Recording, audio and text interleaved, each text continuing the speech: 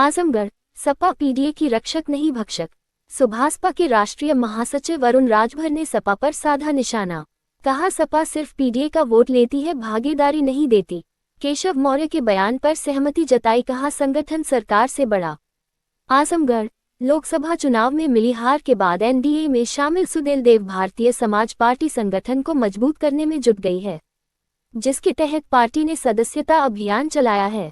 सदस्यता अभियान की समीक्षा करने पार्टी के राष्ट्रीय महासचिव व प्रवक्ता अरुण राजभर मंगलवार को आजमगढ़ पहुंचे।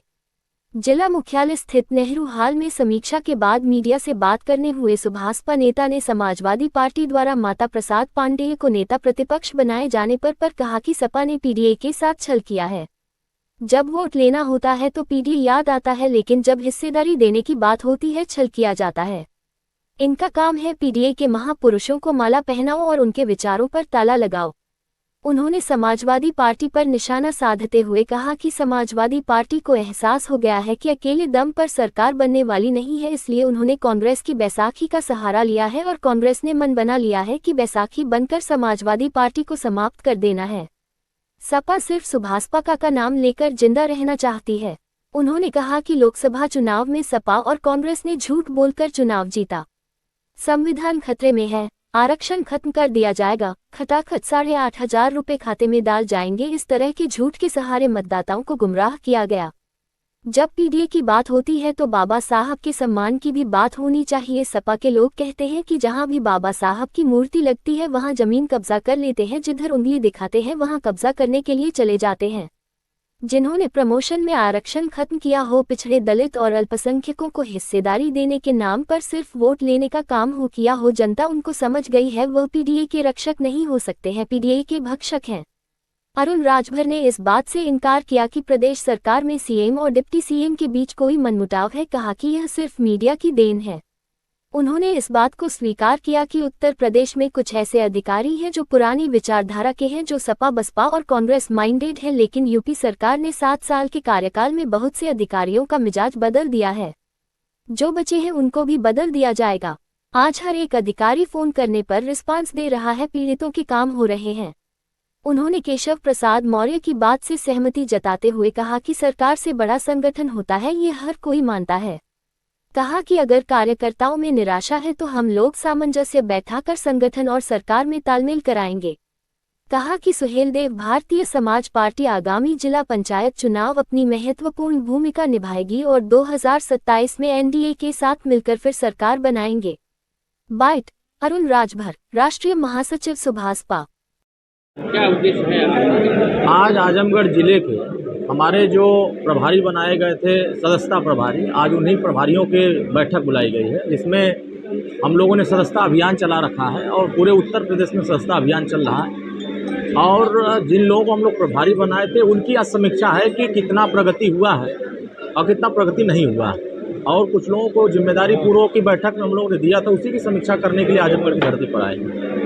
जैसे समाजवादी पार्टी ने नेता प्रतिपक्ष माता प्रसाद पांडेय बना, जो पीडीए की बात करते थे, आज वो ब्राह्मणवाद समझते। देखिए, ये तो माननीय ओम प्रकाश राजभर जी पहले से कहते आए हैं कि समाजवादी पार्टी पीडीए का नाम तो जरूर लेती है, लेकिन उनके साथ छल बहुत तेजी से करती है। इनका पीडीए सिर्फ छल का पीडीए है।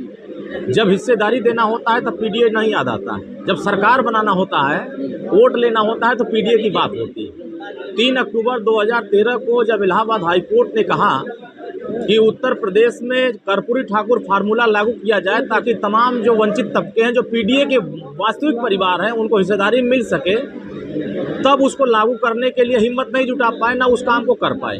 लेकिन जब देश के प्रधानमंत्री आदरणीय मोदी जी ने जब देश के सम्मान में कर्पूरी ठाकुर जी को सम्मान दिया, भारत रत्न दिया, तो ये लोग गले में माला पहनाने के लिए चले गए वहाँ। तो इन लोगों का विचार सिर्फ ये है, पीडीए का नाम लो, पीडीए के महापुरुषों के गले में माला पहनाओ, लेकिन उनके विचारों पर ताला लगाओ, उनके समाज के लोगों को हिस्सेदारी न दो।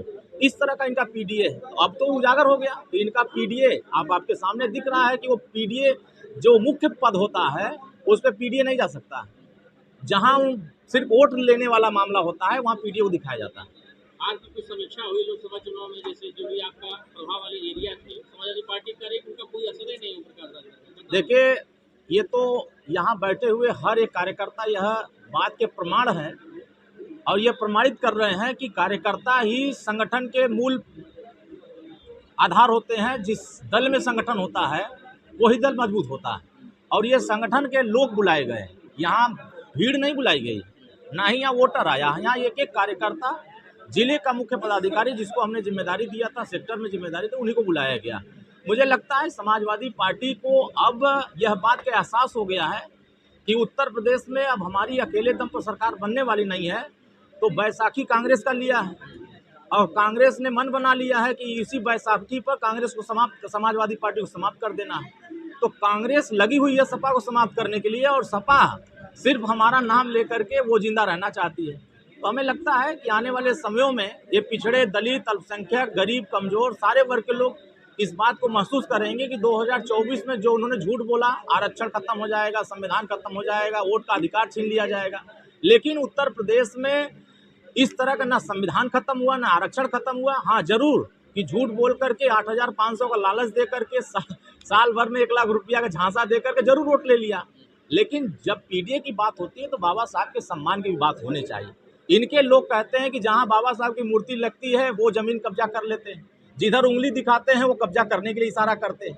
तो जो बाबा साहब को अपमानित करने के लिए इस तरह की बातों का प्रयोग किया हो, जिन लोगों ने प्रमोशन में आरक्षण खत्म किया हो, जिन लोगों ने पिछड़े, दलित, अल्पसंख्यक को हिस्सेदारी देने के नाम पर सिर्फ वोट लेने का काम किया हो, वो पीडीए कभी रक्षक नहीं हो सकते हैं। वो पीडीए के सिर्फ और सिर्फ भक्षक बनकर के रह सकते हैं। जो सरकार योगी जी के बीच में उसका क्या असर पड़ रहा है, सरकार पे प्रभाव पड़ रहा है संगठन? देखिए, कुछ हमारे मीडिया बंधु हैं जो शुभचिंतक हैं, जो हमारी चिंता करते हैं, वो हमारे इन दोनों नेताओं को आज से नहीं 6 साल से ये चीज़ मैं देख रहा हूँ कि इनमें नहीं पट रही है, वो ये हो रहा है। अभी आपने कल ही देखा कि दोनों डिप्टी सीएम और माननीय मुख्यमंत्री के साथ खड़े होकर के प्रेस कॉन्फ्रेंस करते नजर आए और वही विरोधी 4 दिन पहले ये हवा दे रहे थे कि ये इनसे नहीं पट रही, उनसे नहीं पट रही। सारा चीज़ अच्छा चल रहा है, किसी प्रकार का कोई गलत नहीं है। उत्तर प्रदेश में सरकार बहुत बेहतर काम कर रही है, जनमानस में, जनता के बीच में काम कर रही है। माननीय ओम प्रकाश राजभर जी पंचायत स्तर पर हर एक समस्या का निदान करने के लिए योजना बना रहे हैं और उसको धरातल पर उतारने का प्रयास कर रहे हैं। मंत्रियों विधायकों का कहना है कि अधिकारी मनमाने हो गए, नहीं सुनते, आप सहमत हैं इससे? देखिए,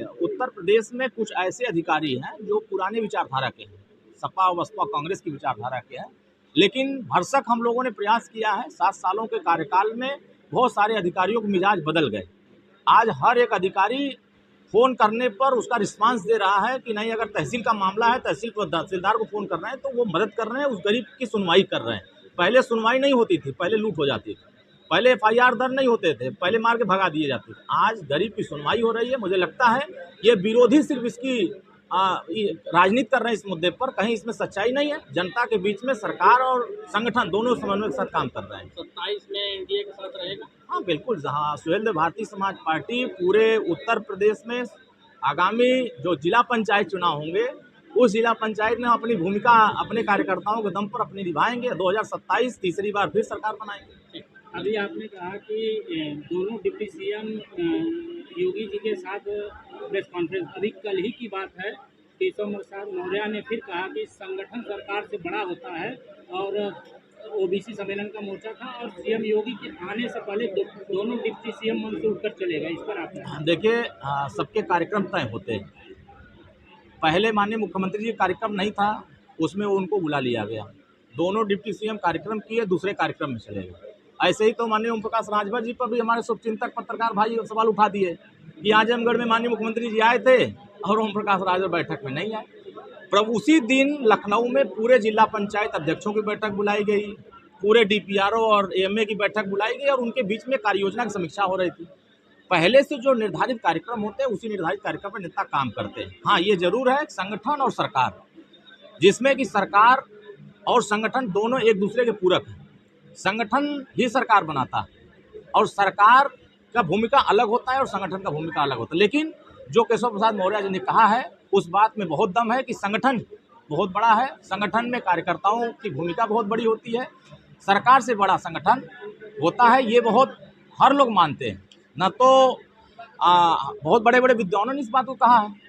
कि अगर आपको सरकार बनानी है तो बताइए, अगर संगठन नहीं रहेगा सरकार कैसे बना लेंगे? यही तो केशव जी का दर्द है कि कार्यकर्ताओं की कहीं सुनवाई नहीं हो रही है। क्या आप क्या कार्यकर्ता हो जेबीजेपी के? नहीं, हम तो देख रहे हैं कि अगर कार्यकर्ताओं में कहीं से निराशा है तो उनकी सुनवाई करने के लिए हम लोग सामंजस्य बैठा रहे हैं।